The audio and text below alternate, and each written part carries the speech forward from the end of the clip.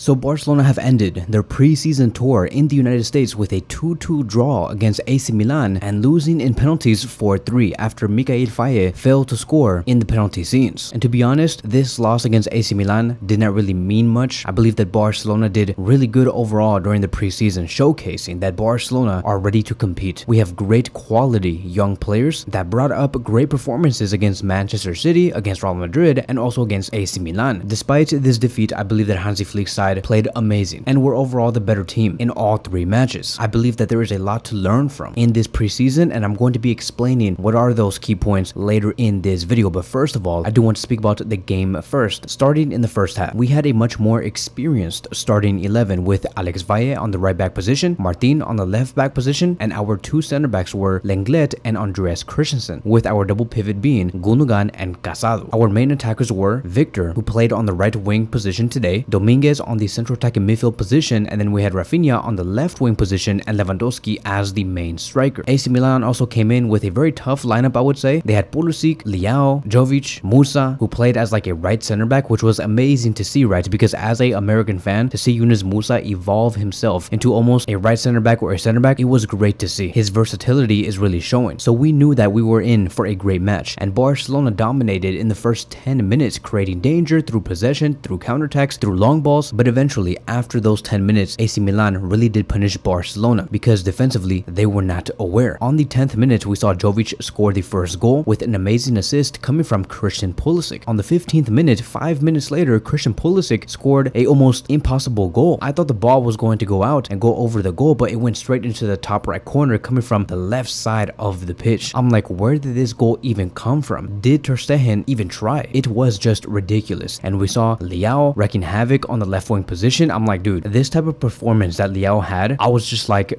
I think that Barcelona were scouting the wrong left winger this whole time. This guy Leao is just so pacey, so strong, so overpowering. I'm like, how are you this good and this fast when you're like 6 feet tall? Like, this guy is dangerous. This guy is the real deal. If Barcelona could and they had the financial capabilities, they should really go for Rafael Leao. If we're looking for a left winger still, even till this day, Leao is your man. He's 25 years old. He's from Portugal, has all the technical quality in the world. He's fast, pacey, almost like Nico Williams, but much more of a physical monster. And his agent is Jorge Mendes, an agent that works very closely to Joan Laporta. So I'm like, dude, like, make this happen, please. Having Leao in our Barcelona squad would be amazing. I know that he is much more expensive compared to Nico Williams, but still, having Leao at Barcelona is guaranteed success. I can see an 11 that contains Leao, Pedri, and Lamine Yamal. That would be mouth-watering. He also completed the most dribbles in this game with a total of 4. This player here is a physical and dribbling monster. So Barcelona were down 2-0, and Barcelona continued to play well. They strived. They did not let their guard down. With Gundogan and Casado exchanging positions, we knew that something was coming because they looked very dynamic. Rafinha and Pau Victor and Alex Valle were also creating a lot of threats in the final third. And then a poor clearance came from AC Milan that led towards Rafinha receiving the ball. He passes towards Lewandowski. Lewandowski makes it 2-1, shooting it to the bottom right corner. After that, Barcelona had several chances to equalize. They missed some opportunities. Some poor decision making was being made by a lot of players. Pau Victor almost made it 2-2 and almost equalized it at halftime, but it was called offside. So we went into the second half and we knew that we had to make some changes. Hansi Flick knew that Leao needed to be stopped. Now, regardless whether Hansi did upgrade his defense or not, you know, Leao did leave the match very early, but Hansi Flick knew that he had to make some changes. He put Koundé on the right back position and Rafinha as the number 10, and Barcelona looked much more defensively stronger, and our attack was much more effective because Rafinha was in the number 10 position. So Barcelona were creating flow, and then eventually Pau Victor, the main goal scorer for Barcelona through the whole preseason, assisted Lewandowski and made it 2-2. And I'm like, dude, Pau Victor has it all. He has assists, he has goals. What can he not do? For sure, I think that Hansi Flick will include Pau Victor in the first team for the rest of this season. Now it's going to be up to Pau Victor to showcase whether he should be permanent or not. So further changes were made. We saw Iñaki Peña come in, Inigo Martinez coming in for Lenglet. Flick knew that he had to make some other further changes because many of the players were getting tired, and so we saw Vitor Roque come in, Michael Faye come into the defense, Gulli Fernandez to play the final 10 minutes. Barcelona were composed, still very aggressive, creating opportunities, but it ended in a draw, which was 2-2. We went on to penalties and Milan won on the penalty shootout 4-3. After the match was over, immediately Lewandowski was named as the man of the match against AC Milan. And of course, right, because when you have 2 goals, you are going to be named man of the match. When it comes to the total shots between Barcelona and AC Milan, Barcelona had 17. Like, they had 17 shots and AC Milan only had 4. So So you can tell who was the one testing the goalkeeper over and over again. It was Barcelona. Barcelona were desperate to get this win, and that's always a good sign. Even though we may not be successful and not get the 3-2 or the 4-2 before the 90th minute, it showcases that Barcelona are being told, take shots, be more brave. It's okay to make mistakes, just take shots. And I believe that this is going to greatly correlate towards someone like Fermin Lopez. Fermin Lopez loves taking shots. Like if Hansi Flick says take more shots in the last 15 to 20 minutes to get us more goals, Fermin Lopez is going to be like, say no more. I'll be the one to do that for you. So overall in this preseason, I do think that Hansi Flick has implemented a couple of things, and very important things, right? Point number one, the mid block. We are a team that likes to, in a way, sit back, wait for the defense to pass the ball to one of the midfielders, and then we press. If one of the fullbacks has the ball from the opposition, we press the fullbacks to its maximum. We commit at least 5 men up top and force for the team to make mistakes, right? We have talked about that before. We create a mid block when the center backs have it, but when the fullbacks have it, we press. If the goalkeeper has the ball, we once again commit 5 men up top and make sure the goalkeeper has no solutions and no player to pass it to. And that is how Barcelona continue to win the ball over and over again. I love it. I just love the football that Hansi Flick has been implementing. I'm so, again, like,